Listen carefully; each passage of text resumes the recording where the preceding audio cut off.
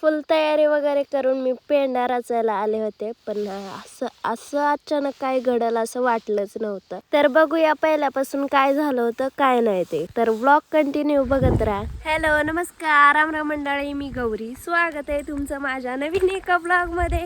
तर आता आम्हाला रचायचा पेंडा. तर एव्हा का बुड्डान बुड्डी खुरपीच्या तिथं भाव आला तिथं.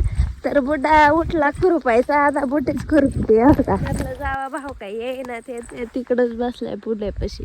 सगळा पेंडा वगैरे पांगवून ठेवला होता आणि भाऊनी मी यायच्या आधी थोडा रचून पण ठेवला होता आणि काही पेंड्या गोळा करून ठेवल्या होत्या. मग म्हंटल इथल्या जवळच्या जास्त पेंड्या दिसतात त्या गोळा करू पहिल्यांदी. मग म्हंटल लांबच्या गोळा करावा आणि मग रचावा. तर त्यात काय 2-3च पेंड्या उचलून ठेवल्या, नाही तर लगेच साप दिसला होता आणि तो असा बसला होता ना की मी विचार पण केला नव्हता की असा पण साप बसू शकतो. आणि तो असा साधा सुद्धा बसला नव्हता, तर त्याने येटुळा घातलं होतं आणि तो तिथंच बसून राहिला होता आणि त्याचा कलर पण ब्लॅक कलरचा होता, तो दिसत पण नव्हता. तर अशा प्रकारे आपल्या नशिबात काय पेंडा रचायचं नव्हतं. त्यामुळे आता आपण चाललोय घरी. म्हणजे आता कांद्याचं 4 वापरायला तेवढं खुरपायचंय.